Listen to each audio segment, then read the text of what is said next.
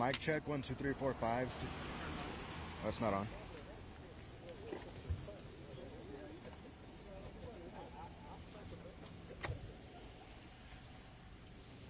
Mic check, 1, 2, 3, 4, 5. Go back again. Mic check, 1, 2, 3, 4, 5, 6, 7, 8, 9, 10. We're here in Georgia, getting ready for a press conference.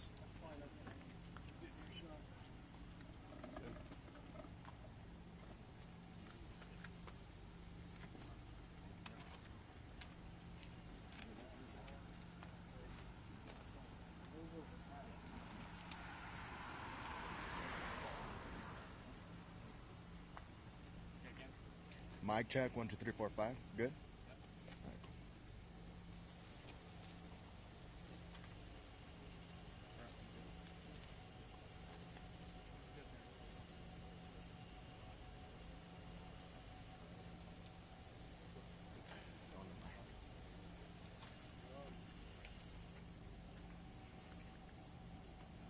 Hey Facebook, we're getting ready for a press conference here at the South Carolina and Georgia border.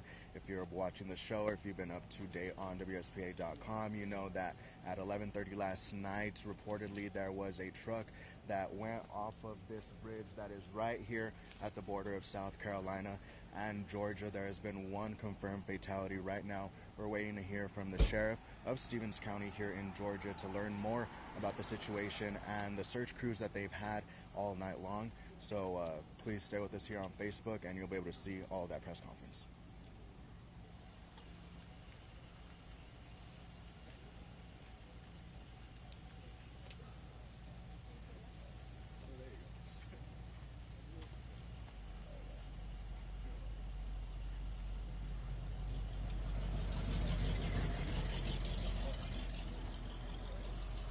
Y'all ready? Try to get everybody up together.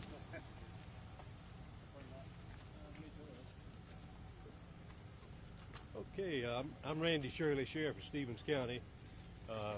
Here with us is Danielle Rhodes, who is our 911 Director and EMA Director. Chris Stevens, the Stevens County Coroner. Tim McKim is the Assistant Chief Coordinator for the Stevens County Rescue Unit. And Don Strink, the Area Field Coordinator for GEMA, along with David Shanks, who is the Area Homeland Security Coordinator. And Georgia State Patrol is investigating the accident. About just a little bit after 11 o'clock last night, we received a 911 call of a vehicle accident where possibly a pickup truck went through the barriers at the old Highway 123 bridge and went off to the other end and went through the fencing and then plunged into Lake Hartwell. There were 3 witnesses on the South Carolina side that witnessed the truck go into the water. However, they heard a lot of splashing, as they said, but did not ever see anyone. It was about 1:30 this morning when a body was discovered floating on the South Carolina side of the bridge, just downstream from that area. And then a little later this morning, they located the pickup truck.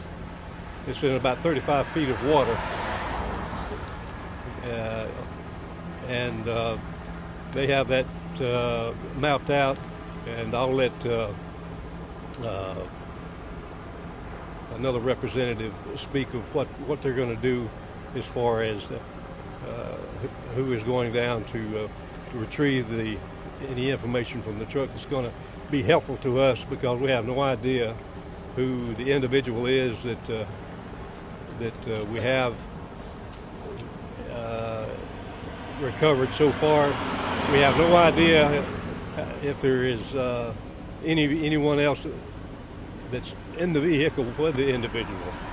What happened is the truck went through the wooden bollards that are at the park, broke one of them, and went on up the bridge and went straight off through the fencing area into the water. And so the water is very muddy, and so we've been waiting on a good time, or the dive team from Oconee County, South Carolina, have been waiting on a good time to go down, and I'll let somebody else speak on the efforts there.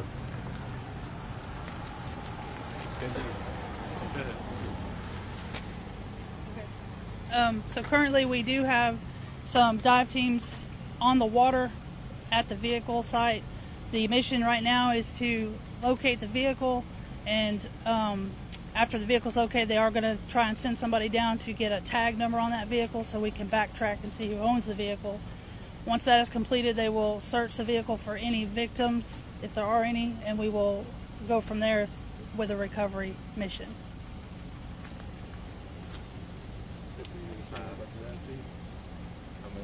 All we can do is pray and hope.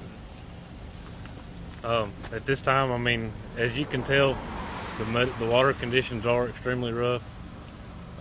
It's just going to be a slow process, and do everything we can to recover and identify the individuals if there is more than one subject. Chris Stevens, our coroner. I will confirm that this morning at approximately 1:30 a body was found floating.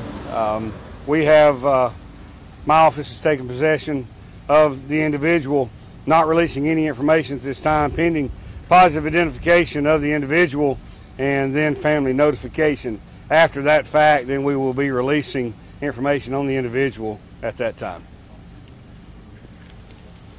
Have y'all received any calls from like the public, maybe who are missing loved ones, or any people missing loved ones that didn't come home last night? There were some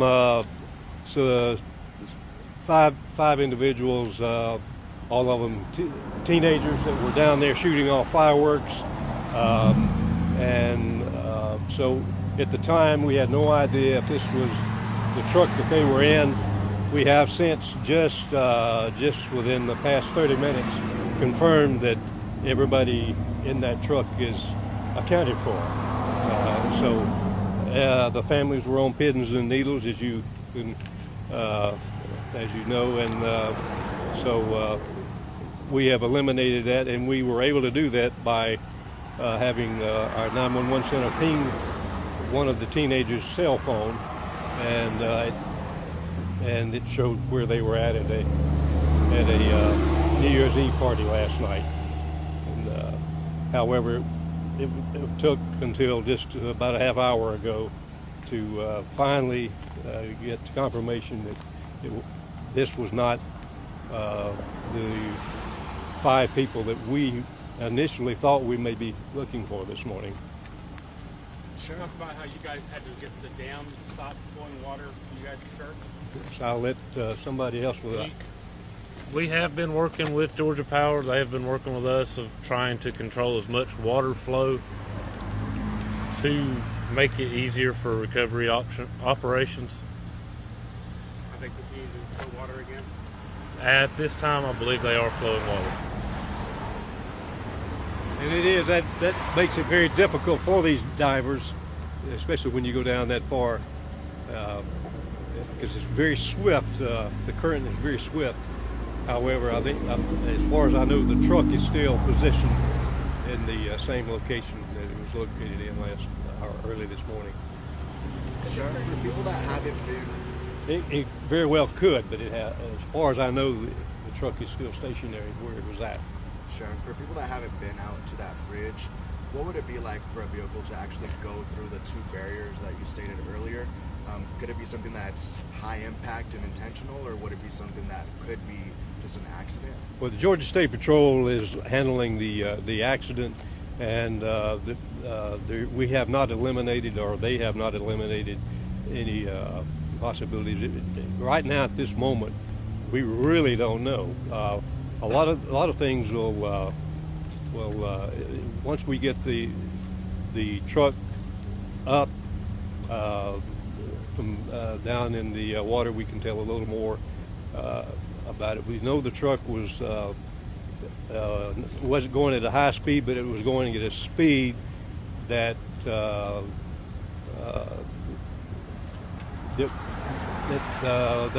witnesses believed that it was not going to stop. However, it was not in a reckless manner. The witnesses mentioned they heard splashing. Anything else that can identify how many people? No, we thought at some point we had a little miscommunication there, several miscommunications, obviously, as you're trying to retrieve information from witnesses when you're trying to get them located.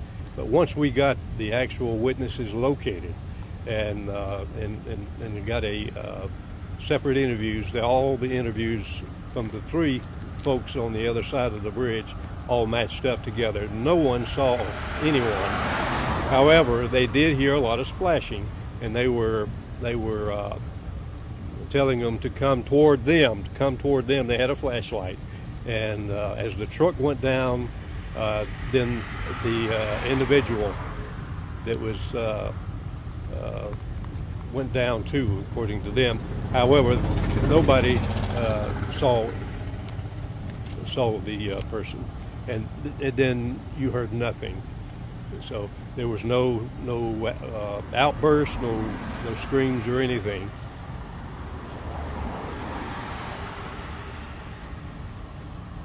Okay, all right. Can we get the names of the other two people that spoke? One is the sheriff corner. Name, spelling, title. Spell your name. Timothy McKim, TIMOTHYMCKIM, and I'm the assistant rescue coordinator for Stevens County. Danielle Rhodes, DANIELLERHODES. I'm the 911 Emergency Management Director of Stevens County. And quick question for you, Danielle. The truck was found 35 feet submerged on the South Carolina side, you mentioned. Is there an area of how far it was from the broken bridges? We haven't gotten that information just yet. We're just working on trying to figure out exactly how far from the point of impact to where the truck is. Sheriff, when do you think you might have another update? If we have, I would say they're on their way down to the truck now, so we probably at least an hour and a half. I would say we might have a little something, but it's going to take some time because it's very dangerous and the waters are so muddy. You literally can't see your hand in front of you. What I've been told, and so what we're looking for them to get first and foremost is the tag number. Once they get the tag number, they're coming up to give that to us, and then they'll go back down to look inside and to see if there's other information, or perhaps make sure there is no other body inside the truck. Any idea about when you might have an identity? Could that be later today? Not until the coroner has absolute confirmation of who the person is, and getting that tag number is crucial at this point, and because we'll be on the phone trying to get that located, and that will be our focus. And the body will probably be sent to autopsy. Plan is for the individual who was found this morning, we will be conducting an autopsy. I'll be transporting the body to Georgia Bureau of Investigation Medical Examiner's Office in Atlanta. We're trying to make identification now, but prior to me taking the individual down for the autopsy. Okay. All right. Thank you, guys. Thank you.